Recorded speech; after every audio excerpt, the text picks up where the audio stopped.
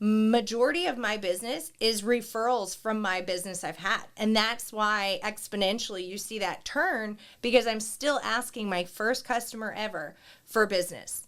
I'm still asking my 10th transaction family for business. And I keep track of that. I keep tables, and I know who are my top 20% that is referring me. And I'm very excited to say that 60% of my business refers me.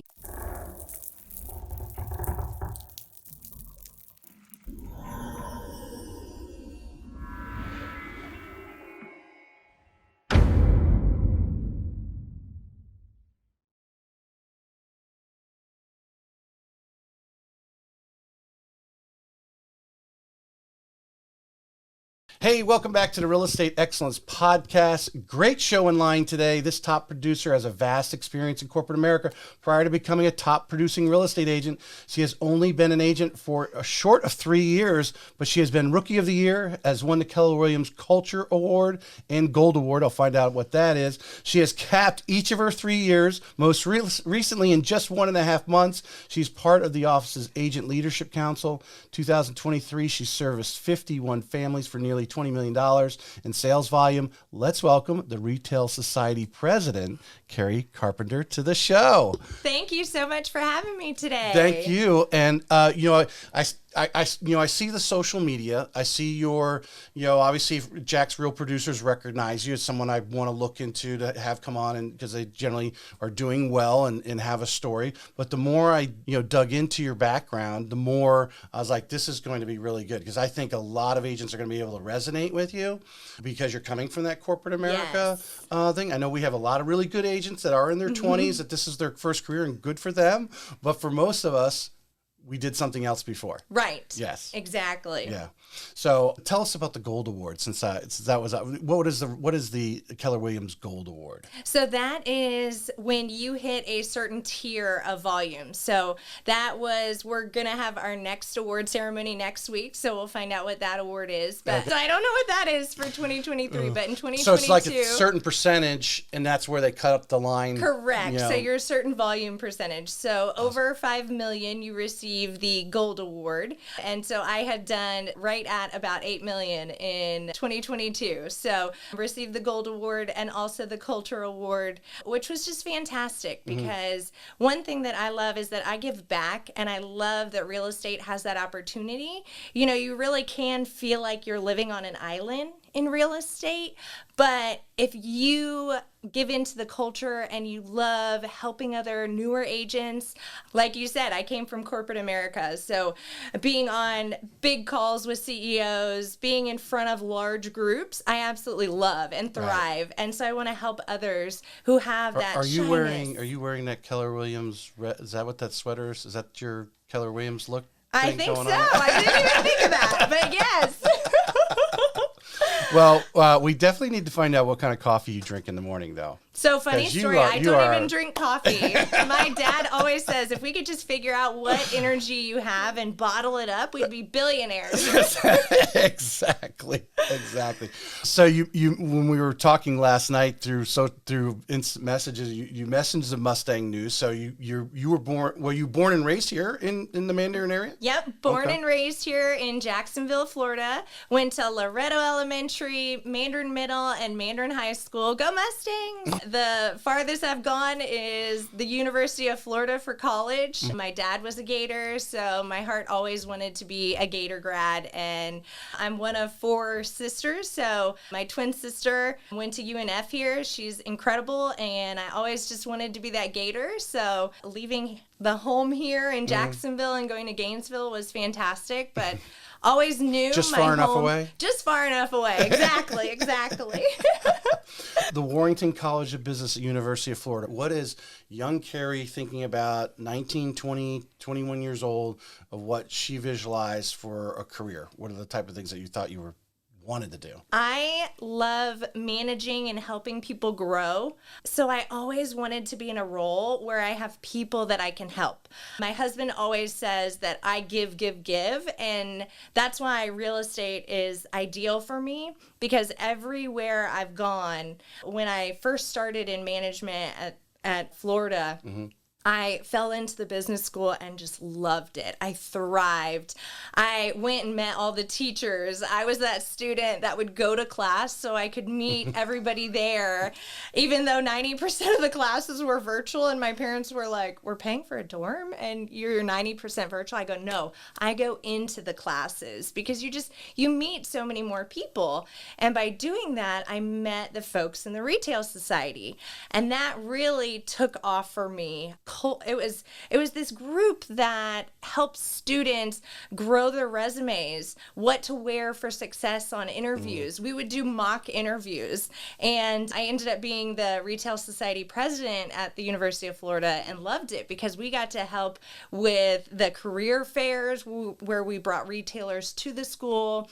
We educated the students on what to put on their resumes. Like I said, helping them. These are all things that you do in corporate America. Yes. I think one of the things, one of the questions I'll ask you, I know I learned through corporate training is what's the proper way to interview somebody? Yes. What are the things you're looking for, or obviously the type of questions that you need to ask to get an answer to see if obviously they're legit, right? Exactly. Everyone says, oh, I did great in sales. Well, explain to me a situation where you overcame or whatever, those types of things. So vitally important. So you're learning that at such a young, even before you've entered into the workplace is huge and hugely valuable. I liked the point where you said showing up for class. Yes. I think where I went, you weren't allowed to not show up to class. Okay. Otherwise you were confined for the weekend. So I think that's so important. And I see it now, obviously you went to University of Florida, very large institute. I mean, the average standard basic English class, I imagine probably had a couple hundred people in it. Thousands. It could have been thousands. So many online. You've got the, what do you call them? The professor's assistant, a lot of times probably instructing, if not grading the papers and that sort of thing. And you're not really versus the smaller school. So I've heard recently people got disappointed because they didn't get into University of Florida. Well, that might be a blessing for your child to go to a smaller school and actually go to class. Right. Yeah. Right. Because they're so big. And it can be intimidating for someone who is just, I guess I can walk into any room and kind of introduce myself to anybody. Mm-hmm. But for someone who's not as comfortable doing that, that was something I wanted to help with. Right. So I was that person who, when I was going into the lunchroom, I always wanted to sit with someone new and meet new people and see how I could help them be more comfortable. Where did you get that mindset? Is that just like your family's all like that? Or yes. So my dad, he has always been in sales. Every weekend we grew up fishing and going out on the boat. So we'd always be talking as a family. We always sat down at the dinner table as a family.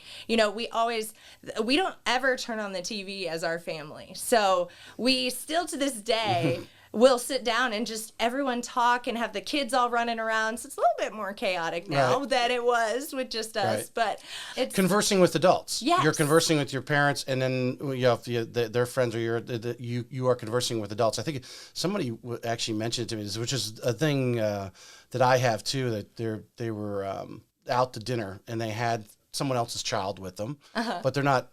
They're 10, 12 years old or whatever, middle school age. And the waiter came over and they're like, they didn't want to talk to the waiter and give him what they wanted to eat. That's how bashful they was. Oh. And obviously they picked up on, I'm like, we almost make our kids like talk to, what do you want to tell them what you want? Absolutely. And, type of thing and have that interaction. That's very important. Absolutely. So you actually get, if I saw correctly, you get an internship with Target. Yes. Yes. Mm-hmm. How did that come about? And then you spent some time with Target and moved up in some positions. I did. What are some of the things you use today that you took from the Target time? So much. So at Target, you have folks from their first job working there to folks who are just working there for fun and retirement for a couple days a week. So as a college kid walking into this atmosphere where I could be managing anywhere from 20 people at a time to 150 people at a time. Not only do you have to multitask, be able to be in a million different directions at once, and focus on making sure you're listening to what the people need. That is what made me really successful in real estate and retail, is you are thrown 1,000 different things all at once. and you cannot let any of them not be a priority. And so throughout the day, I would always say, wait, how is it already this time of day? How did we already let 12 hours go by? Right. When I feel like it just started. Right. When you're having fun and you're working with so many different people, you know, from brain guiding the building and having to change out 20 different rows of the hard lines, or getting in 4 trucks in one morning and challenging the team to let me throw the truck in my heels to see how fast I could go, you know, and staying positive. You know, they always laughed because I'd wear wedges, so you'd hear me coming, click, click, click, click, click, everywhere I'd go around the store.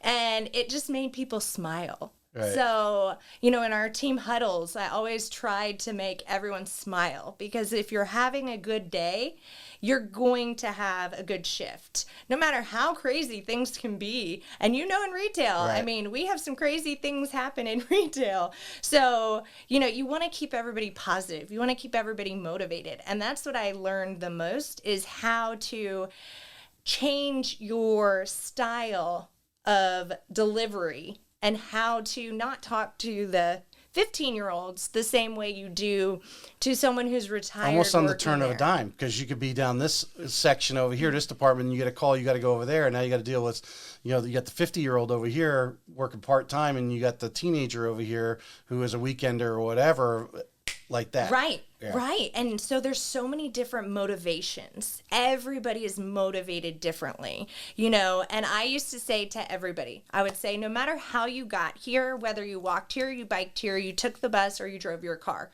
or a scooter, which I had in college and my parents never knew about until I got home from college. That's a whole different story. But however you got to work today, leave it out there. And let's focus on what we're doing right now, how we can make today a great day. All right. So the personal development question here, because yeah, I mean, obviously I'm experiencing this high energy thing coming across here. Because like you said, it's, when you're managing, whether it's 20 or 150 is just, you know, exponentially more issues or Yes. more personalities, more problems. And these people are bringing those things, like any workplace. They might have issues at home, and they come in and they bring them with them. You know, they don't have a switch where they can just drop it at the door type of thing, and they bring it with you. What do you, was it stuff that you picked up at school? Did you have a mentor, or did you think this kind of mindset came naturally to you to handle these things? I really think it came from my dad, who we listened to a lot of the stories that he would coach his employees, and he was a district sales manager, so he always had many employees underneath him. And so I think it came from both the fact that he would tell us the stories, whether the highs, the lows, the crazies, the good, the bad, and he would ask us our opinion. What would you have done? You know, and those could have started at 10 years old. You know, we would hear these stories and I would be like, well, Dad, you know, this is what I would do. And I'm sure my answers changed from 10 to 15 to 20, things like that. Yeah. But innately, my dad also has that same personality. My mom has so much energy and is organized too. So we kind of got the best of both worlds, I think, in all of us. And he's just always had the sales background and knew how to be home for us and had to travel so much and go to all the leadership conferences. And whenever he'd come back from those, we'd read the books together. We'd read the pamphlets that he got and the trainings. And, you know, now we have so many different type of personality assessments, like the DISC theory, the strengths finders, all of those. And so we'd go over those. And at young ages, I've done all of those. And I've done them through my careers. And it's fun. They've gotten better. They have, yeah. 20 years ago, I don't think they were that good. Right. Yeah. They're a lot better today. And I think because I've had an experience where this company, and I took one of the, I always just call them personality tests, right? They're like, oh, we're not, my buddy worked for him. and referred me in. He found, well, they didn't hire you because they didn't like the score you got on the personality test. Well, then they let then as time went by, what they started finding out is weren't able to hire these good people being referred in. So when the executives took it, and he failed it too.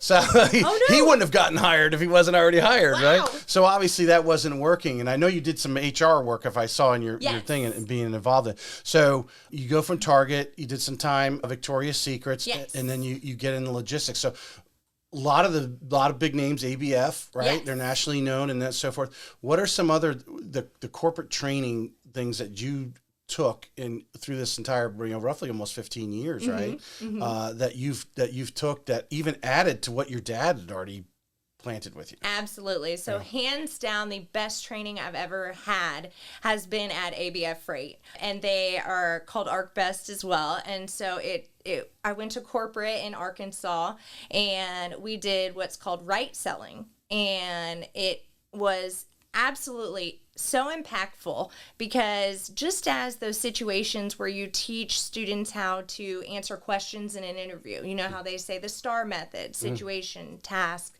action, and result. Make sure you get through the 4 of those. Right selling was so impactful, because what you're trying to figure out through this process is really understanding what the influence is and what your customer is driven from. Everybody sees hundreds of salespeople. So when they see someone walk in the door, whether I'm at a huge warehouse or I'm in a mom and pop awesome small business and I'm trying to sell our services, the first thing they want to do is say, leave. I don't got time for you. But when you really figure out what they need, and that is what right selling taught me, is, you do the research, you do the investigation, and as you're doing these investigation questions, in your head, you are pinpointing future questions to ask. And as you're asking these questions, they are telling you where they are having issues along the way. And they don't even realize it. And you're able to think in your brain, I have a puzzle piece that can fit that issue that you're They only know what they don't know what they don't know. Correct. And don't know that there's someone actually out here that provides that service. Or, hey, I'd love to be able to, we were talking about the GPS on the phone and knowing where all our family members are at, that type of thing. And some people don't know that these trucks, and because there was shipping, right, that these trucks have GPS trackers in them, and they know exactly where that truck is at all time, or where your freight might be. Bingo. If you didn't know that, didn't know to ask for it, exactly, didn't know you needed it, now you're offering that, and it adds value. Exactly. And there are so many more, a lot of people think in logistics, it's just A to B. It's not. In the logistics world, say, for example, if it's one pallet of freight moving from here, Jacksonville, Florida, to New York, it could hit 4 or 5 different DCs. It could touch many different trailers. It could be all over. So the point of logistics and all the systems that we have is to make it as economical and as easy to get to point A to point B without any damage, and making sure that your customers get there on time. Because every time you have to move that thing, you could damage it. Bingo. And so what we, when I was selling my services in logistics, it wasn't just, okay, so, I want all your business. No, not every company is going to be successful in every lane. But we have what you need to help this problem child lane that you have of getting it from here to the West Coast. Or, we have direct trucks that are going to go all the way there without stopping. All right, so let's bring this full swing around to real estate. You're finding their pain point, obviously, and how you can solve it. Yes, absolutely. So I'm going to give you that interview question. Give me a situation whenever in the last 3 years, a customer where this really shined of what we're talking about here, finding their pain points. Because we know a lot of people come to the area. Oh, I don't want to live in a CDD. I don't want to live in an HOA, or they don't want to live in this type of community, but end up buying in that type of community because everything else is what they want. So the first thing I make sure I do, I sit down with every single one of my customers. Every single one, whether they are my best friends or someone I'm just meeting. The reason I do that is because a lot of times we're not talking on the best friend realm when we're talking about real estate. So I make them realize this is a business for me and you are my priority. So we sit down, we talk about their wants, their needs, and what that mortgage goal is going to be. So if they're a first-time home buyer and they say they only want to spend $1,800 a month, I break it down for them. I say, okay, that CDD community or the HOA community is going to have this on top of your monthly mortgage. So here is where we need to look. And I keep them on that path. I could tell you. My question is always when they tell me what the payment is, I say, is that before taxes and insurance? Right, before taxes and insurance, before your other, before the I know the answer, but I just it's a little gut check. Yes. And you know what's important is, so I had a customer, we probably saw 20 homes. And it's their first home. They had a great budget. It wasn't, the budget was not the issue. It was, they're both very busy people in the healthcare industry, and they didn't have the time to redo a lot. And so, every showing that I went to with them, we'd spend anywhere from 45 minutes to an hour and a half in the home because we'd really walk the home. We'd walk it as if it was going to be their home. And, they felt so just disappointed at one point because there was a multiple offer situation. We put in a backup offer because their offer was not accepted. Then I get a call from the listing agent because I keep in touch with I give calls to listing agents before we show the properties. I give them a call. All right, you're giving out all your secrets here, so I'm going to have to write down some notes to circle back. Okay, perfect. I like the one thing you said. We walked into every house like it was theirs. Correct. So I'm going to write that down. We're going to go back to that. Excellent, okay, go ahead. Excellent. And so we finally found the house that both of them walk in and it is theirs. I mean, you could just see the smiles radiate off their faces. They both FaceTime their families. They both were so excited. And it was where they wanted to be. It was the size home. It had a pool. It had everything they wanted. So I kept in touch with the listing agent because there were 2 offers in front of us. And everyone always gets so discouraged because they think, why would I put in a backup offer if these 2 offers in front of me are going to win? And I said, we got to stay positive. We got to stay positive. And so I had spoken with the listing agent multiple times, and she called and let me know the first offer fell through. And the second offer didn't know if they were going to want to put an offer in again. Like they were the second backup. So they had time to think about it. Exactly. And I said, please call me as soon as you know. Right. I did not let the buyers know because I didn't want to get their hopes up or anything right away. But not even an hour later, she calls me and says, guess what? The second offer fell through. Something changed on their side. Are your buyers still excited and want to move forward? Because the sellers really want to accept their offer. And I said, oh my gosh, I can't wait to call them. This is going to be amazing. I'm so excited for them. I had to calm myself down because I knew they were going to be thrilled. So I text them and I said, hey, you guys, can you talk this afternoon? What time are you available? And they both got off by 7. It was like 3 hours of waiting. You should have just said, we need to talk right now. I know. Walk out. If they weren't in the hospitals, it'd be a different story. So right on the dot at 7, I called both of them, and they're at home, and I said, hey, you guys, I have some good news, and I have some bad news, because we had seen another house, found out that they couldn't put a pool in the backyard because it had an easement, so I started with that. Right. I was like, I have some bad news, I want to tell you that. And they were like, wait, so what's the good news? And I said, your backup offer got accepted on your dream home. And I kid you not, I could hear like the screams and the shouts and then the tears. I could just feel it on the phone. Right. And then they stopped and they go, we thought you were going to fire us as buyers. I said, are you kidding me? You're family. You're family. This isn't just a business to buy you a house. Right. This is a business. You must have fired a buyer at some point. You've dealt with. Have you fired a buyer yet? You haven't fired a buyer yet? No, not at all. But they were just so thrilled, and it cracked me up that they thought I was firing, like that I was going to fire them as buyers. I said, "Are you kidding me? This is what I work so hard for." Well, since you're talking about the backup offers, I mean, I'm seeing it because my wife's an agent. I've seen what she's dealing. She did last weekend, going through and actually, now the backup offer is actually on the table. Oh, yes. Because the first offer, right, is always cash. And that's not a slam dunk. Right. These cash buyers can be flaky. Right. You have to be putting backup offers in or insist that you want to be the backup offer. Absolutely.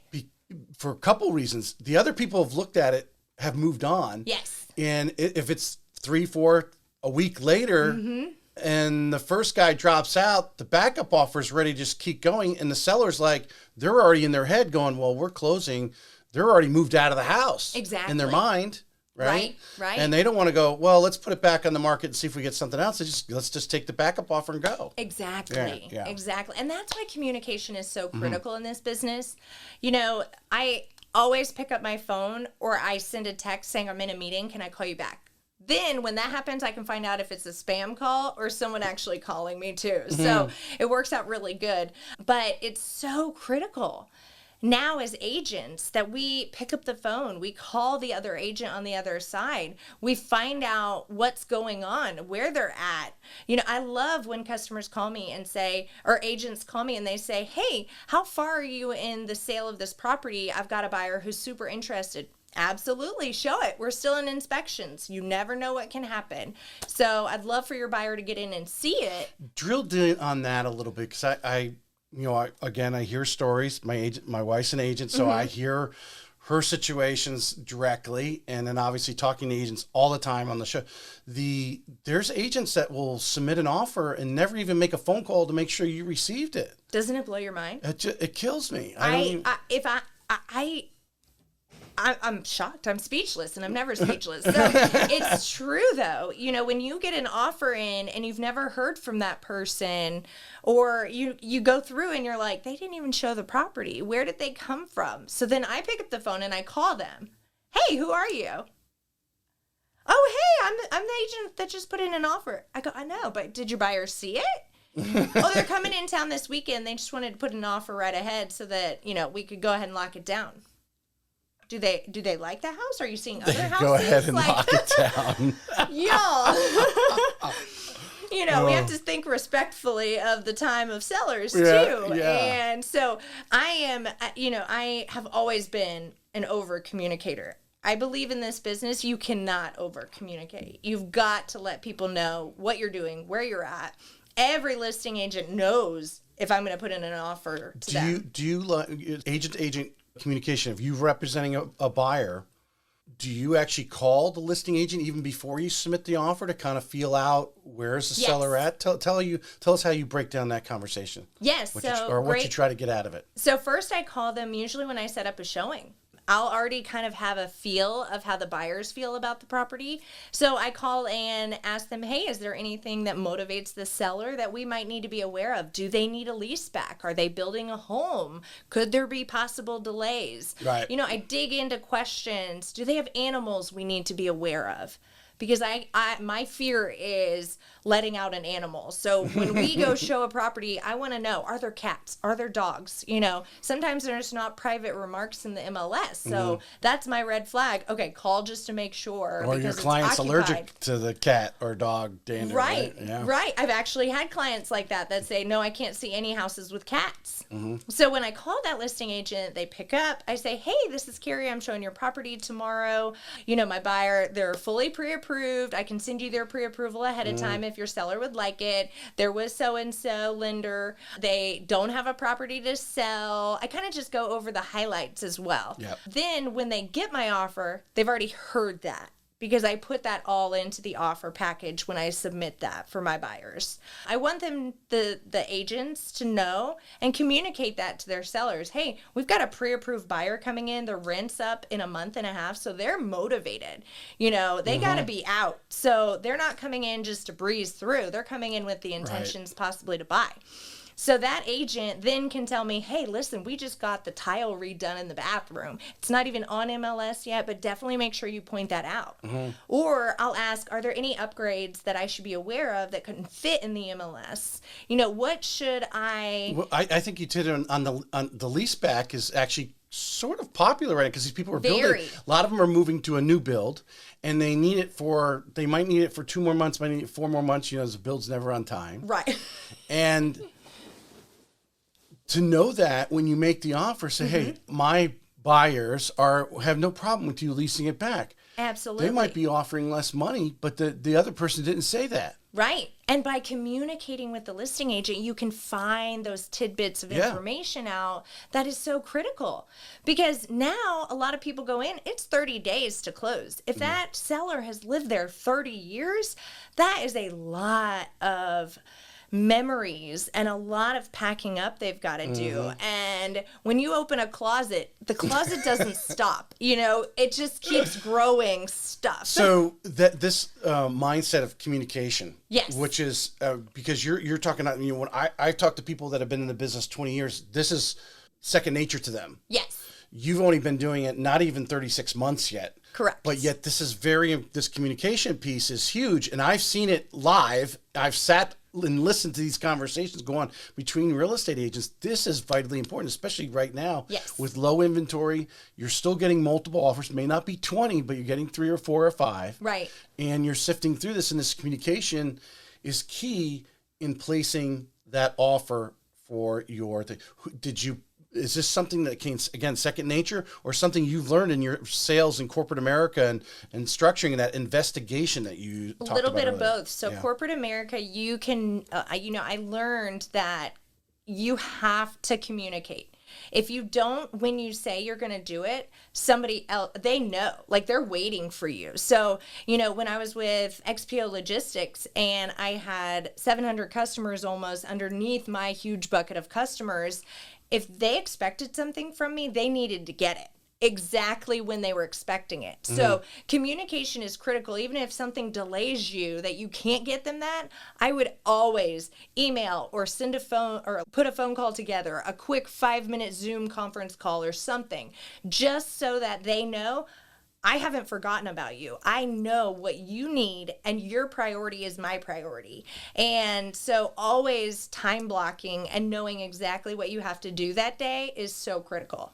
When you're, well, buyer or seller, you could be on either side, but how important is the foreshadow to your client what, you know, may happen? Hey, or you're in the initial negotiation, initial offer, they may counter. We can ask for that. Correct. I don't, you know, they may or may not accept it, but this is what we'll come back with. Or even just, you know, the inspection foreshadowing of things that might come up. What's your mindset on that, and how important is that? Because at the end of that 30, 45 days or whatever that buying process to the closing table, it's that piece right there is whether you're going to get a referral or not, right? Absolutely. That your whole reputation is on that. When they look back and go, wow, that was so great, or, oh my God, that was horrific, we were stressed out the whole time. How important is that piece? And kind of go through what are like some key things that you like to foreshadow on any deal, buyer or seller, that's important in any real estate transaction? Oh, it's critical. The inspection is so critical. I always invite the buyers, of course, to the inspections. That's so important for them to hear what the inspector finds. Do you want their dad with them, or? I don't care who comes. Okay. Bring anybody. I love meeting the family. I love seeing and hearing different mindsets. Even on my buyer consultations, where I sit down with my buyers. You just charm them and give them a smile. Keep dad occupied. And you want you want to know what that relationship is. So if dad is super handy, dad can be on your side because... Yes, because, right. Hey, Dad, do you know how to fix baseboards? You know, there's some scratching from old dogs, you know, like that or cats, you know. Are those things that are really going to be critical? Those cosmetic items, because they're likely to say, well, that would just cost, you know, $10 for a new baseboard, and I'll paint it and we'll put it on there in 15 minutes. Exactly. Where the inspection may make it look like it's a huge event. Exactly. Yeah. So, you know, that's why it's so important. I always say, let me know what time you want to get to the inspection, but the most critical part is that we're there for the end so that we can have the full overview from the inspector. The reason I like to do that is so that, one, we don't spend too much time asking the inspector questions during the inspection, because they have more inspections to go to, so they can focus and not miss things. You know, we want them be distracted, start a conversation over here and not see something. Exactly. So while the inspector is inspecting, I'm walking the house, each room, with the buyer and everyone who they bring. And we're talking about, what are you going to do in this room? Do you like this wall where it is? When he goes in the attic, I'm marking it down on my tablet. I'm like, okay, when he goes in the attic, I'm going to remind him to see if he sees any load-bearing walls that might be of issue. If they, of course, that wouldn't change that they need a contractor to do that, but it would just, help them understand what they might be able to do. So walking through those rooms, measuring, understanding what the house is made of physically, knowing what asbestos shingles are in the older historic areas that we have around Jacksonville, knowing how to fix those, knowing how, what the difference is between galvanized, copper, PVC plumbing, knowing why it's important to have a sewer scope. So a lot of the times while the inspector is doing his job, I'm explaining to them what he's looking for and why he's pulling that outlet off to look at the wiring in the back and see if it's grounded and see, what's back there. Because insurance during this inspection period is when we get your insurance. So if there are any issues that we would have to also ask for in the repairs. Are you starting to move your insurance quotes up earlier in the transaction? We used to wait a week before, go get insurance, not a big deal. Insurance is now a big deal. Big deal. Yeah. Because that 4-point that you get from your home inspector and the wind mitigation, insurance is going to tell you, nope, you need a new roof. Nope, you've got to get that piping fixed. Nope, you can't have that hot water heater now. So those are critical items. You can't wait to the last week. All right, so I got a real estate agents listening to this going, oh my God, did she just go to college for being a general contractor? Because that's what it sounded like, okay? And no, I always use the disclaimers. What did you do to feel as confident as you did expressing that in having those conversations? Are you spending some time with a home inspector or going to their lunch and learns? Where are you picking up a lot of those things that they're doing so you're able to translate that to your client? Great question. I go to every single lunch and learn they all offer. They give so much information every time they show up at our office or every time they're at, a title company. When I see that, I'm like, oh, this is going to be a great topic. I got to go. Right. Because in real estate, you have to constantly be learning. I am learning something new every day. Every single day. I just learned that there are snake prevention plans that you can have if you live on ponds or runoffs and things like that. Right. So you have to keep that mindset open that you're always willing to learn.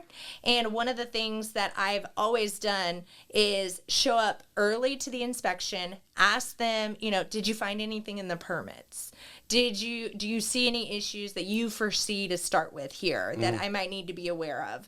And listening to every single one of those inspectors has really helped me just learn so much about houses. Right. And another great thing that's taught me so much is my mom's been in real estate since 2008. So she has shared so many wild stories and shown us so many different things. Right. And so hearing what she had to overcome, in 2008 was a whole different ballgame. Yep. Different ballgame. She would tell me stories about how she'd have a $62,000 listing that lasted a year and a half. Yeah. Or you got squatters in there. Right. Or, all sorts of. Yeah. Right, which I've run into squatters as well. So. Just to give and if you want to call out your go-to inspector, that's fine too. That's up to you. But talking to them, it's so important now that business, back when your mom probably started, they just gave you the report and you dealt with it.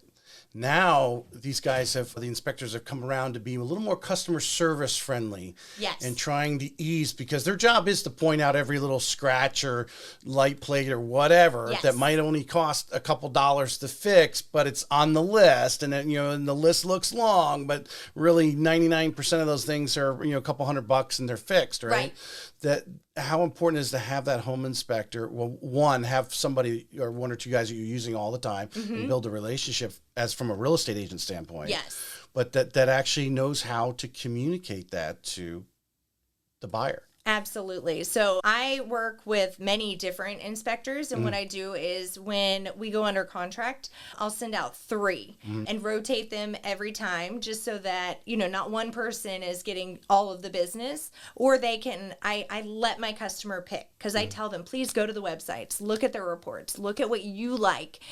and then come back to me and we can talk about that.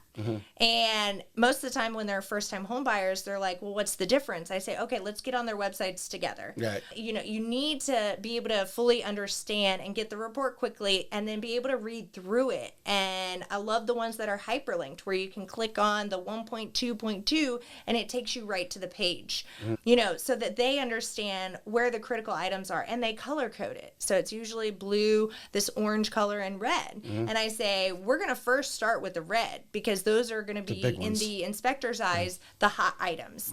They could be insurance issues, but then we're going to look at all the yellows, and then we're going to look at all the blues. And most of the time, the blues are the kind of honey-do list for you as a moving-in buyer. But standard house stuff. Exactly. Yeah. But we still need to take a look at them because if there is anything that could potentially be a big cost down the line, we want to know that ahead of time.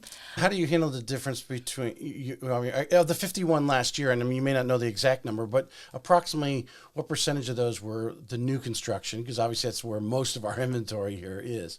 Right. Or at least last year anyway, as our inventory grows right now. But last year, anyway, what percentage of your buyers are going new versus existing? Great question. So I'd say probably last year about 15% went new construction. Oh, okay. And this year alone already, I've had 4 go new construction. One of the reasons they're going new construction this year is interest rates. The incentives are outrageous. Absolutely. They're paying closing costs. They're able to get those interest rate down into the 4s, low 5s. So to be able to do that, buyers are, you know, they are looking in a lot of different areas. And the most important thing is, how long is it taking me to get to work? Can I still get this brand new home, but make it to work in that 20-minute commute I'm used to? And go back to, so relate this to the home inspection. Do you recommend them put an inspector on that new construction? 100% of the time. I always recommend it. How many actually do you think take you up on that or take your suggestion? Or are you very convincing in there? You're 100%. I'm not 100%, but we're about 85%. Because the great thing is that buyers can also, on new construction, they have that 11-month walk with the builder again. Right. So I say, okay, if you don't get the inspection right now, at that 9 to 10 month mark, Keri's going to be calling you and I'm going to say, when are we setting up that inspection? Right. So that you can find items that one of the contractors might have missed or just different things that we need the builder to take care of for you so that you're not running into these possible high dollar items in the future. I just had one, they did their 9-month inspection and it might have happened over time, but there were nail pops on the roof, on the shingles. There were deteriorated shingles. So, you know, those might have been dragged with the bag as they were getting it onto the roof. But those are things that insurance eventually will call out. Say they needed to sell in 2 years, they would have had to pay that money to get that fixed and they would have never known. Well, let alone have a leak and have to make an insurance claim. You don't want to do that. Bingo. Yeah. Bingo. And then turn it around. And because for those out there listening right now, buyers are finding if you have a home that has had numerous claims on their policy in the last whatever years, and now you're trying to get an insurance policy on that house, even though you're a different person, it's still the same house. And the insurance company's finding reasons to give you a little rate. Absolutely. All right, I want to circle back a little bit because what was the transition? I think it was XPO before you went to Keller in 21. What was it that caused that break from corporate America? Or were you fed up with it? Or they reorganizing? What happened? And you just said, I need to go into real estate. So great question. My role, I was a national account executive, and there were 4 of us on the team who handled about a quarter of the full book of business. So we managed the large third-party logistics companies like the Echo Globals, the C.H. Robinsons, a lot of those big names. And they had, I had Transportation Insight, and they had tons and tons of customers underneath them. So when I'm working with the folks up here, we could still have 100 different things going on. Well, we know what happened in 2020, and logistics went through the roof. We were all so busy, and it was amazing because where a lot of people during the COVID era didn't have work to go to, I was busier than I have ever been in my life. And thankfully, I had an incredible team, and I had a daughter. So things were a lot different. And I give so much. I think I've mentioned that at the beginning. I give so much. So I have a very tough time with an on-off switch when I'm giving. And in logistics, it's 24/7. So to the point where I had a treadmill desk. Because, when I got off work, I had already walked 10 miles that day because I was walking the whole time while I'm on conference calls and I'm working and inputting contracts and all of that kind of stuff. Now, the busyness because of COVID was because of a lot of things where the trucks couldn't roll, so they're rerouting and all these type of things are going on, and right? A lot of people are ordering online. Stores are out of stock, so we were having to add new businesses that had never shipped before, adding them. We just had so much freight. Interesting. And drivers were getting sick. And so we were running into a lot of different things. So you reached maximum, you're full. Yes. So you got a daughter. Yep. It was a realization that I had one morning. It was a Saturday morning, and I'm sitting in her playroom. I'm on my computer. And she turns to me and she says, "Mommy, can we have a coffee party?" And I looked up and I said, "What'd you say to me, baby?" And she goes, "Well, you're drinking coffee a lot." And I drank decaf because I'm just hyper already. And so she was like, I just thought that we could have a coffee party. And I like closed my laptop. And I threw it across the room. And I just bawled. I just realized that she saw me only working. Right. And with a cup of coffee in your hand. Right. And she thought... We'll toast to that. Cheers. And so she thought, wow, if I can give my mom a cup of coffee, then I get 100% of her undivided attention. Wow. And I turned to my husband and he was like, "Yeah, you work a lot. I mean, you're putting in well over 80 hours a week and you're up at insane hours of the day," because I'm that person. I want to get it done. Make yourself available. Yes. To help. And so it was an eye-opener. And things had to change. And I said, you know what? My mom has always wanted me to do this full-time with her. I love it. I've always been intrigued. Like, we've always talked about contracts and customers and things like that. And I said, you know what? I'm going to do it. And he was like, "Are you sure?" And I said, "Yep, I'm going to do it as long as you support me." This is huge. You make incredible money. Right. You make incredible money in logistics. So to go from having a W-2 paying job every week. Benefits, salaries, bonuses out the yin-yang. I mean, to go from that to zero is petrifying. Yep. And so I've always been a planner. And so I decided I was going to start this process early. And I was going to get my ducks in a row. So first thing I started doing was when I was off work, I was off work. And I just had to change that mentality because we had just gotten so into the business during the COVID era. And so when I was off work, I was outside with my daughter. I'd leave my phone and my computer in the office.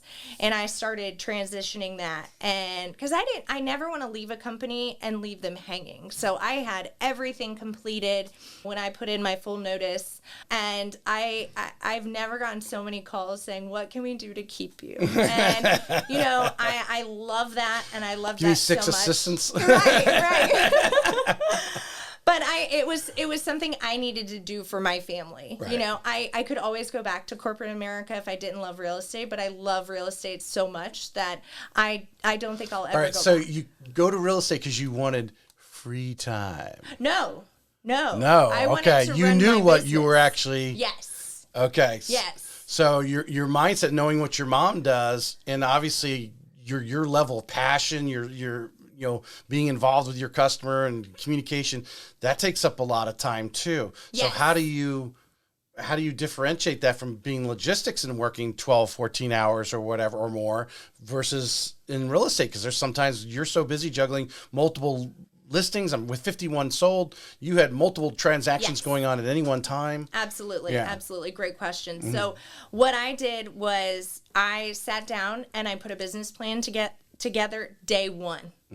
And I knew I didn't know everything about real estate at first, but I sat down with Margaret Sherrill with Keller Williams, and we had a fantastic I assume your mom's lunch. at Keller Williams. Yes, my mom's at Keller Williams now, yep. Yep. And so the reason I wanted to join Keller is because I've just heard about so much of the training, and, you know, the brokers there are absolutely incredible. I love just the knowledge that you can gain there and the collaboration. Anybody that you talk to will help you with something. And so I've taken that culture, and I make it a culture with every agent I talk to because of communication. And so I decided from day one that I was going to create a business plan for myself.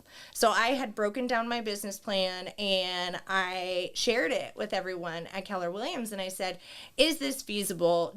What do you feel? Give me feedback. And everybody looked at it and goes, who's this agent with a business plan or right, first day? Right. First day. Who's this agent with a business plan? Got a model in place, and I had never even heard of the Millionaire Real Estate book until I went to Keller Williams. Right. So then I read that book, and I tweaked a few things, but it was incredible because we are not 24/7 if you want to have a life. And unfortunately, you know, everybody thinks we have to be. So what I do is I set those expectations up front. I let my customers know I have a family. I sit down every night and I have dinner. We walk around the neighborhood to get those little wiggles out before we go to bed, you know. And so if the conversations have to happen after 6 o'clock, one, I need to plan for it so that it's after bedtime. And two, is it something that can wait till 9 a.m. the next morning? Right. You know, or 8 a.m. I mean, I'm up at 4 a.m. a lot of times, so it doesn't matter. You had, you know, you're within 6 months, you capped the first year. Correct. So at what point, though, with all the things that a real estate agent does, did you realize, okay, because I imagine this happened very quickly for you, I can't do I don't have the time to do all the things, all those things that many people don't know that goes on in the real estate transaction, the behind the scenes stuff, what the transaction coordinators. At what point did you like, oh, hold on a second, I'm already full. I need to spin some of this stuff off. Right. Great question. So May of last year, I got a transaction coordinator. I had 10 families I was working with at once. And I realized, but coming from corporate America, you are trained to have to put your documents in the system right away.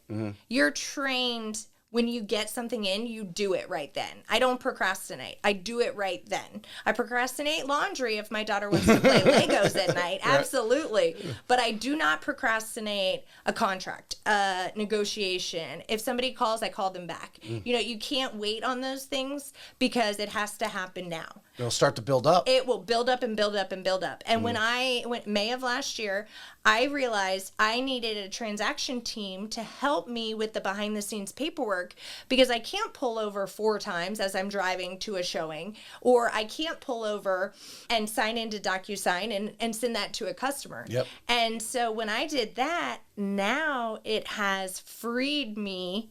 That system, adding that system at the right time has helped me continue to grow my business.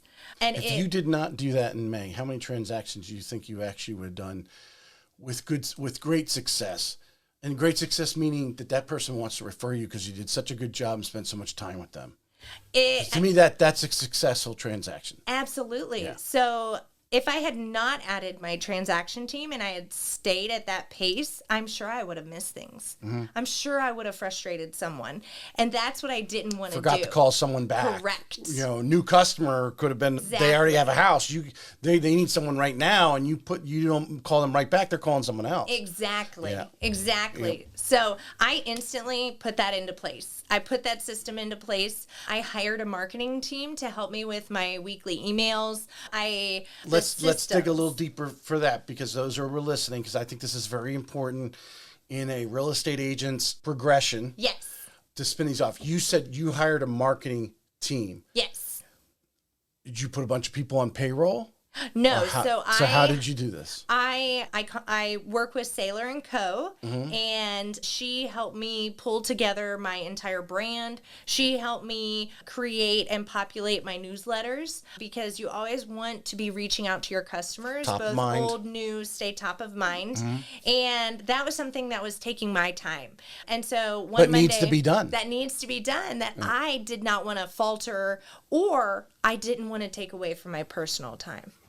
And those top of mind things, the news, those are not typically instant return on investment. Correct. Those are long-term plays. Exactly. Yeah. Exactly. You know, I never want to miss an anniversary. I never want to miss a birthday or anything like that. So having that system in place so that it'll automatically reach out to my customers is critical, because you're only one person. I'm fortunate in that I have my mom who can be at an inspection if I can't be there, or who can show property for me if I can't be in two places showing property. You know, so we work together as a team, and it's exponentially has helped our business grow. And when I introduce my mom to my customers, I say, she loves to be my silent partner. And I'm going to make her a shirt that says that, because she doesn't want to do the paperwork. And that's fine, because she's spent so many years doing it since 2008 that she loves being out and doing the things that are fun. And When you're in that gap, when you got 10 people that you were dealing with, even if you were dealing with 3 or 4, right, you've got, they want these people want to go see houses. These people want an open house at their house. Right. You got to get it ready. And then there's an inspection going on over here. There's an appraisal going on over there. Photos need to be done. Exactly. Whatever it is.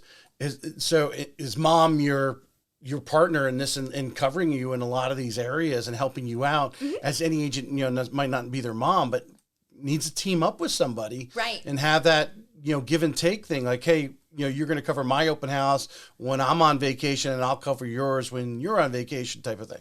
Absolutely. Yeah. Because, like I said at the beginning, real estate can feel like an island. You can feel like you are out there solo running your own business, because you really are. And so you have to create those relationships. And that's why I love being on the Agent Leadership Council at Keller Williams, because I can meet all the new agents and let them know how I've grown my business by collaborating with other agents. And you have to take that time and realize, okay, I have this many hours in the day. I need to get these things done. What are the items that I can have someone else do that, I can step away from? Because I never want to lose a customer or make them feel like they're not top priority when they really are. Right. So I always want one of us to be at an inspection. So if the buyer's going, I will be there. And if they're not going, my mom will go there, just to make sure we are there and seeing the things and taking the pictures and looking and digging into it. So it's so beneficial, because a lot of agents, we talk about collaboration, and it's so critical. It's not competition. It is collaboration, because you got to go on vacation. Right. If you don't mentally reconnect your mind with fun and being with your family and vacationing, you're going to start a decline. Right. The burnout comes in, but then you start getting depressed, because you're like, I'm working all this thing. Yeah, I've got a good checking account, and I drive the car I want to drive, and I live in the house I want to live, but there's so many other things I want to do. Right. Because when you do have a good checking account, then all of a sudden your horizon gets bigger. Right. Right? Absolutely. Yeah. And so, it is a cost to add a transaction team. Like, I have to pay a fee every time I use them, but they are helping me be able to help my customers more effectively. I think every agent imagines themselves as being the most popular agent and everyone calling them. Whatever marketing you're doing, you want, obviously, the phone, the ring, or whatever. And we're going to get into your sphere of influence, because you're local. So I know you're tapping into that, or I imagine you are. Absolutely. Yes. But you have to be prepared to, when that phone starts to ring at a certain level, that you don't just start scaling back your marketing because, I can't take on any more clients. You've got to be willing to invest a little bit in this, per transaction coordinator. Or I know some people believe you should hire, everyone has a little different opinion. You should hire an assistant first. Yes. There's, everyone has, and some put them on payroll if you're at that level. Right. Or be in an office that has brokers that have support staff to help all the agents and take some of that stuff for you. Absolutely. Yeah. Absolutely. You realize that from corporate America, but you're in the leadership council around and you see other agents. They don't necessarily have that mentality. They want to do everything themselves. What are some ways I don't know if it's sitting down and obviously getting coaching and counseling would probably be the generic answer. Right. But you have to, at some point, let go. Correct. Right. You have to. And, I have been very fortunate. I don't even know if they know that they've been mentors to me, but I have been very fortunate to get very close to some of the bigger teams here in Jacksonville. And, I love getting to pick their brains and seeing how they have come from a 1-2 person team to running some of the biggest real estate teams in the city is admirable. Yeah. If I said that correctly. But it's inspiring. And to see that they're still with their families and to see what they're doing, it's I don't want to sound cliche, but they've both said to me, follow the book, follow the Millionaire Real Estate Agent book. It'll show you where you get overwhelmed and you need to move to that next level. So first step, hire that transaction coordinator.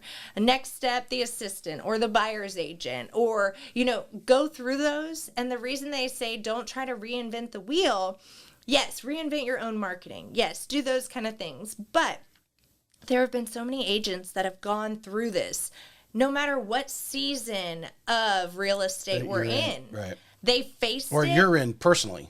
Exactly. Yeah. They've faced it and they've overcome it. And this is where the success lies. And the best form of return has come from.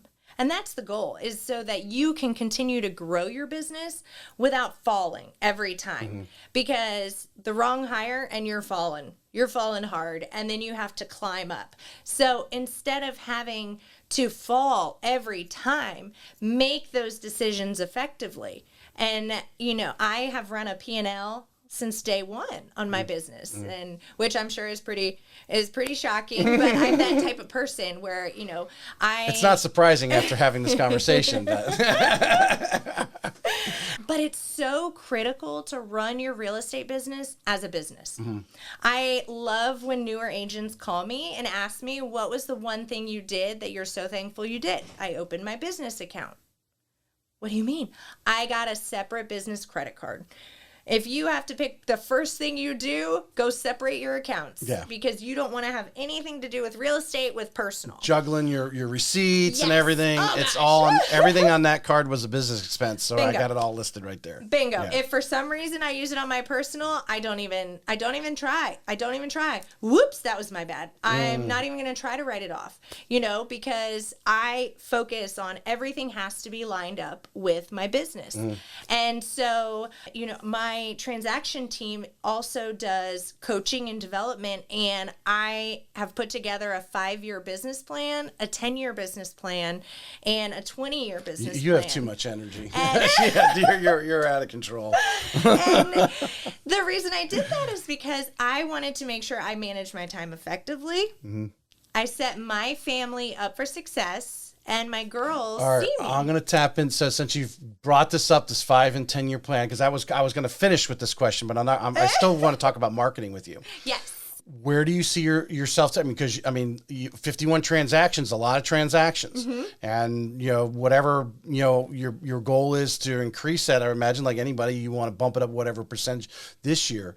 Do you see yourself with one of these teams that you were just talking about? Is that something where you want to go because you like to coach and mentor? Where do you see yourself in that 5 and 10 year plan? Absolutely. So that is part of my 5 and 10 year plan, is to build a team where agents around me want to be developed to take that next level. And I know the goal is never to lose anyone off your team, but if I see someone who has spent 5 to 10 years with me and they say, Keri, I think I'm ready to develop my own team. Can you help me? I'll probably cry. I will be so excited to know that I've become that leader for them and that I can help them take that next step. Because as a leader, you always want to be planning for your person to grow. You want them to grow. You want them to hit those target numbers. You want them, and in real estate, I can still do that. Right. In corporate America, I always wanted to grow the ladder because I knew I could continue to manage people and grow people and bring this crazy energy I don't know where I get, but bring my positivity and my energy to others and help them grow in the next level. And so that ideally is going to tell me that I have become incredibly successful in real estate, is when I can create other leaders, create other successful agents. Exactly. Because I don't look at numbers, and I know that sounds funny, but I see it on my P&L. I see it all there. That's great. I focus on families. I focus on new buyers. I focus on what is their need and how can I help them? Because the more people I can help, the more my heart is fulfilled. And so the more that's how I'm trying to think of Quicken Loans has, they call it, well, we now Rocket has, they call it an ism, and I forget what the first part is. Basically doing the right things, the money will follow. And right. that's the thing. I want to transition over to marketing. Yes. All right. So local girl, had the conversation with your daughter, the coffee date there, coffee party. You're now thinking about your real estate business. You're going and getting your license. Prospecting and marketing. Someone made it a point to me the other day. They are different. Marketing being a long-term thing, like I put up a billboard. Yes. Prospecting being more towards, you're picking up the phone and making cold calls or everything. And so which I see is all under marketing, prospecting, and the long term, all under the big umbrella of marketing. What did you initially do? Because you got off to a huge start, and you've continued to get faster and faster. And like I said, you've already capped out in a month and a half last year. Correct. You were already capped out. Had a superior year. I don't know, where did the Jacksonville Business Journal rank you? You must have been in the top couple % with nearly $20 million. Yes. As an individual. So what was your plan initially? And I'd like to see how you evolve that plan to what you're doing today, because obviously marketing is a lot of trial and error. And then if you could tap a little bit, I'm going to kind of double down on this question. One of the big things that a lot of the agents say is you got to find out, what is it that, like, what are you good at? Yes. Some people are, might be good at knocking on doors and they get a lot of response, are good at the cold calls, so they just 10x that. What is your go-to marketing thing that you see the greatest return on? Absolutely. So first thing I did was reach out to every single person that I knew. I sent text messages. I called, emailed, sent letters out to every single person I had their address for, just to let them know, hey, everybody, I've left corporate America and now I have moved into real estate. I'm so excited. I can't wait to work with you all. Anything you need, I'm here for you. And I'm growing and I want to learn everything I can. And so just literally, it was Facebook and Instagram. I started showing up on, as they all say, show up on the Instagram, on the gram, and which it's hard for me because I get so in the moment. So it's hard for me to remind myself, show up every day. So I am working Monday through Friday in real estate. And so I need to show all of my sphere and my customers and their sphere that I'm here. Right. So I did those 3 things: text messages, phone calls, sent out letters. Then I started digging deeper. Each person I'd talk to, I would ask, who do you know that might be buying or selling in the next year? Oh, I heard my neighbor might be. Oh, can I have their name and number? I'd love to call them. Or could you create a group text message? I'd love to reach out to them. Even if I can just sit down with them. If they're a 5-year plan, I can get them in my database and we can stay in touch. And so my communication style and my farming, and I don't like cold leads. I'm not a pick up the phone and dial to somebody I've never met or don't know if they even live at that address. So I would more so like to work with my sphere or sphere of the sphere or someone who relates to them or knows them. Well, your sphere's friend that you don't know. Yeah, Correct. But that's still yes. a friend because they're a friend of a friend. Absolutely. Right. Absolutely. So I reached out to any of my friends that knew businesses here or that have businesses here. I reached out asking what they need. Do they need, my twin sister is a teacher. So I would often bring coffees to her and her teachers in the grade and, just ask, is there anything anybody ever needs? students, Right. whether it's crayons for their students. And I'd always send in little notes saying, thank you so much. Please refer me if you know anyone that's looking to buy or sell. Do you think, a lot of people say people don't ask for the business. You have to ask for the business. Or remind them, you're asking for the referral. You're not asking necessarily them, but you're asking them to refer you to somebody, which is a polite way of asking them for the business without actually asking them for the business. So everyone laughs at me, but it is so ingrained in me instilled in me because in corporate America, you're constantly having to ask for that business. You have to say before you leave their office, are you going to commit to this contract I'm going to send you this evening? Are you, and so what's the difference in real estate? When you ask them, do you know anyone that's looking to buy or sell in the next year or so? Or do you have a friend or family member interested in moving? Whether it's here in Florida or anywhere around the country, I can help them. So I have an agent pool that I work with all around the globe. I've referred someone to Puerto Rico. I've referred someone to Hawaii, which is still U.S., but it's fine. We got to travel over water. So, we have, and I really love that Keller Williams has so many offices around the entire globe because I can connect with someone if I don't know someone personally that's an agent there. So dig deeper into what you were doing and what would you say in these emails? When you're interacting, where do you I think if you were to give the ABCs to a new agent, yes, which would you agree, confidence is a big, you're very confident. Yes, you have to have confidence. You have to have confidence.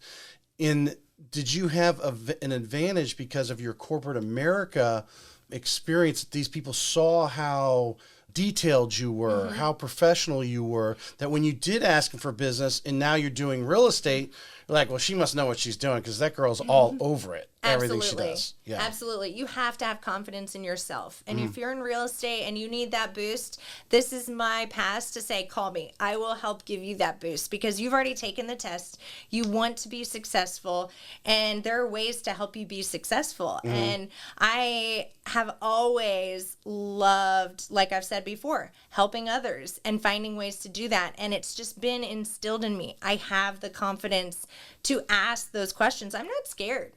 Majority of my business is referrals from my business I've had. And that's why exponentially you see that turn because I'm still asking my first customer ever for business. I'm still asking my 10th transaction family for business. And I keep track of that. I keep tables and I know who are my top 20% that is referring me.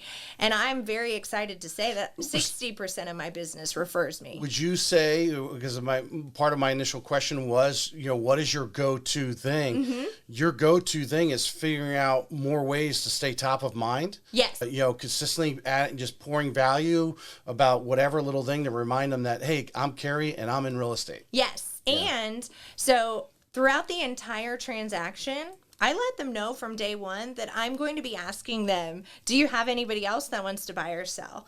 Do you have any friends that you work with that are looking to possibly buy or sell? And so one time I had to go pick up a key and they weren't home and they had it taped to the door, but then they had a friend's name and number and said, we knew you were going to ask. So we had our friend's name and number on there and I ended up helping them find a house. That is awesome and speaks very loud of what everything that you just said. Yes. I mean, you are consistently reminding him of the referral. This is what I'm doing. Let me help somebody. Let me help somebody. Let me help somebody. Absolutely. And, Keller Williams hosts the what we call an RE Summit, which is smaller than Family Reunion, but it's localized to Northeast Florida. And I'm actually going to be speaking on a panel in April on referrals and how you can constantly be loving on your sphere and constantly ask them for referrals. So they're going to be in that crowd and they're going to say, oh, well, Keri, that's just too much.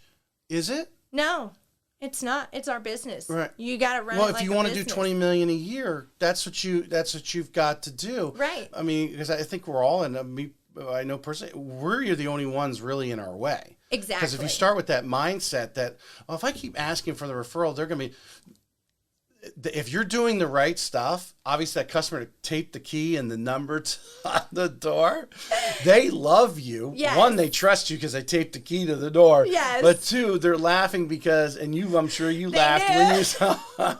Keri's going to be reminding us to remind her friends that she does, our friends that she does real estate. Exactly. And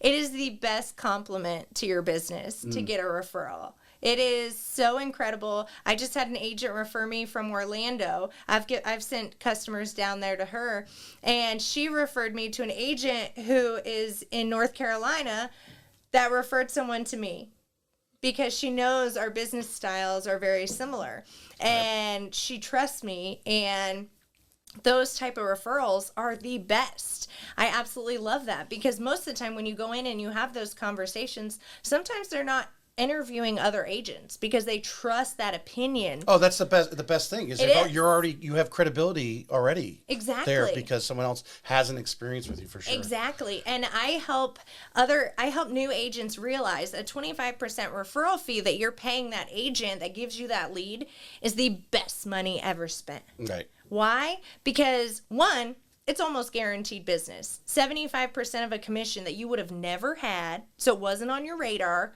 wasn't on your plan, so it can just push you above your business plan. And two, now you've got a new connection that has all new people in their sphere. And moving into your area because now they're in your sphere, and now hopefully you're going to get that referral from them that you may not have ever had because you didn't get that. Yeah. Exactly. Yeah. I'm selling a property right now, and the dad said, I'm buying a house from you soon, Keri. Like, it's convinced me I'm not using anybody else. You've been such a dream come true to help us in this time of selling our daughter's property that I want to use you when we're ready, and we're coming down to Florida. I can't wait. Let's go. So, those are the things that when dad gives you the green light, you're like, that makes me so happy. All right. I want to finish up with these two things. New agents coming in now, which Keller Williams often brings on a lot of new agents because they do have they're known for that and the training and the infrastructure.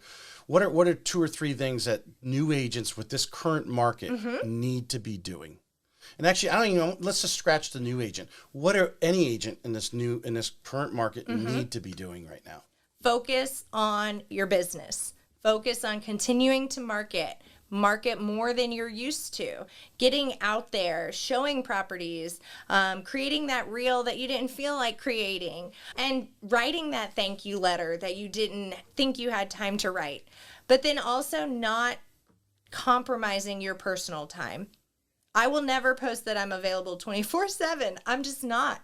I love having dinners with my family. I love, going to the park with my daughter. So don't compromise that, but realize that in order to run your business and to get to the next level, you need to have your goals on paper. You need to follow through. Constantly be lead generating. If you're not lead generating, which means calling your sphere, touching base with people, asking for those referrals every day. I have a 2-hour block that does shift throughout the day because of things, but I'm constantly focused on that, where I'm always setting those next appointments. You're dedicated 120 minutes a day. You're dedicated to that prospecting. Absolutely. Yeah. And so stay on top of it like it's a business. Don't let all the clutter out there and all the social media. Number one, I don't spend hours going through social media because that's a time waster. So you've got to focus on your business, growing your business, and thinking about how can I reach my next goals while the market is shifting. You've got to make those changes with it and get to the next level. And reach out to because you're willing. You say it right on your website that you like to pour into people. That if they're listening to this and they got questions or how do I set my goals or hey, seeing what you're doing, that you're willing to have a cup of coffee with them and decaf and exactly. All right, you don't want me doing cartwheels. Reach out to Keri. Last question, because of the NAR situation here this last week, I really want to make it a point on the podcast to talk about the value of an agent. And to me, nothing more shows the value of an agent is when a deal blows up and because an agent's already being proactive, pulls it back in. Correct. And like you said, the cheers on the other end of the phone, or the tears come out because they thought they lost the deal, but because of your professionalism, experience, and knowing where to go to solve the problems. Do you have one on the top of your mind, a little story that you could share with us? Absolutely. All right. Absolutely. So I recently had a customer that had to fight to buy a home. And litigation and everything. Oh my goodness. There was a lot that went on, and so Litigation between the buyer and seller? Correct. Oh my goodness. Correct. It was probably the most stressful thing anybody could ever go through.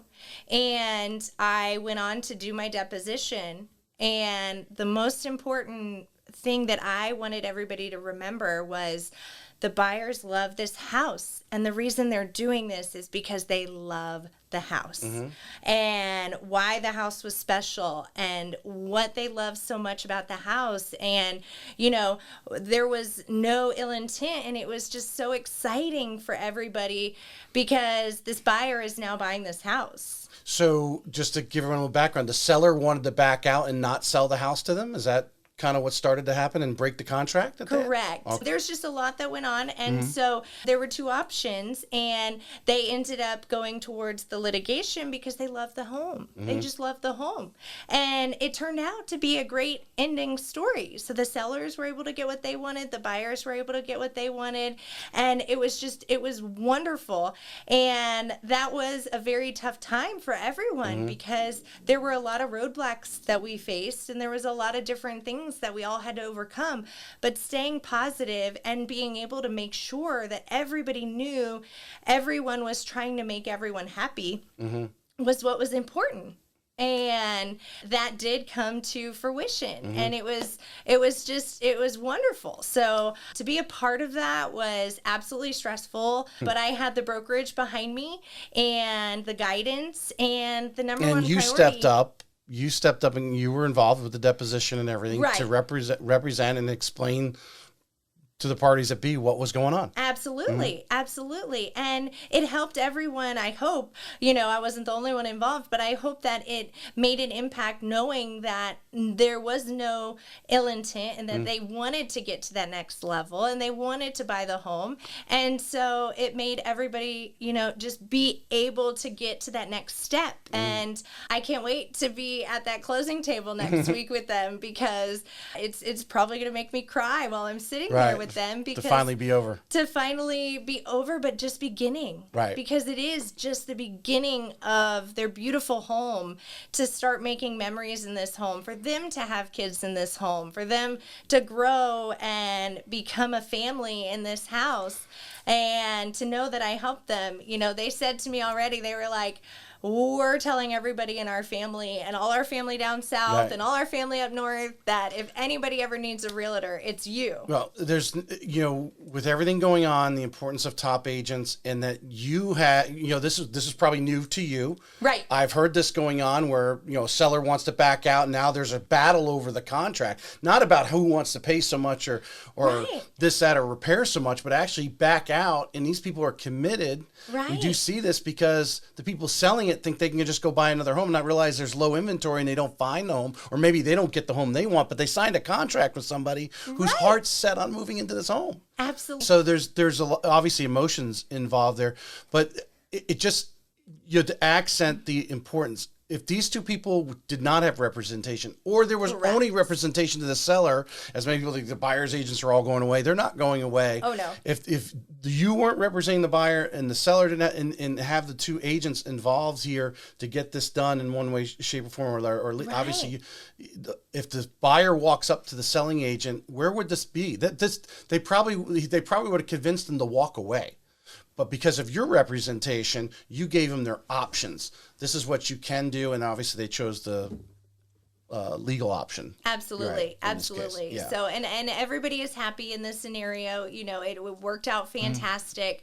It got the sellers what they wanted. It got the buyers what they wanted. So it worked out beautifully. And I hope that there's going to be a lot more moments that don't go that extreme, but that I constantly am getting the opportunity to help clients, because there is so much that goes on in the background. There's so much that listing agents and buyers agents, we are one and the same. And as a transaction broker, you know, I have worked with the listing and the buyer on the same transaction, and I make it known that our goal is to get both of you to that closing table. Right.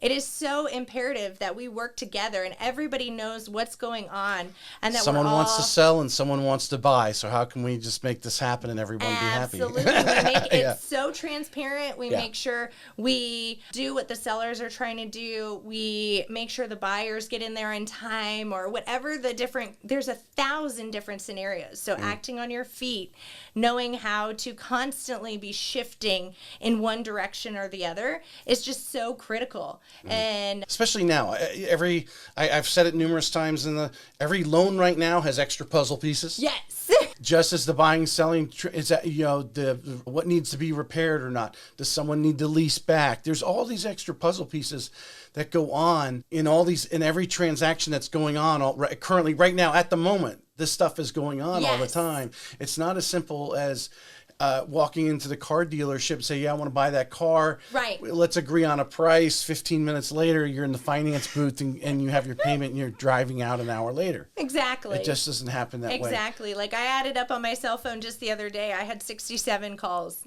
either going in or out in one day. Mm-hmm. And that's a lot of time. Yeah. No conversation is usually 20 seconds. No. So we could go on for hours. I always try these initial ones to get everyone's background, but I'd love to reach out to you. You know, who knows, in 6 months, next year, find out where you're at and come back and actually talk more. Maybe start building that team and that sort of thing and what you're doing there. Absolutely. But Keri, I appreciate you coming on today. thank you so much for having me. This was a really great show, and I hope the energy came right through these mics and into anyone listening or watching. So. I hope so too. Like I say in all my marketing, don't wait, call Keri. So don't wait, call me today if you have any questions, whether you're a real estate agent or you're looking to buy or sell this year. I'm here for you guys. There she goes. She's asking for her referral. You have a great day.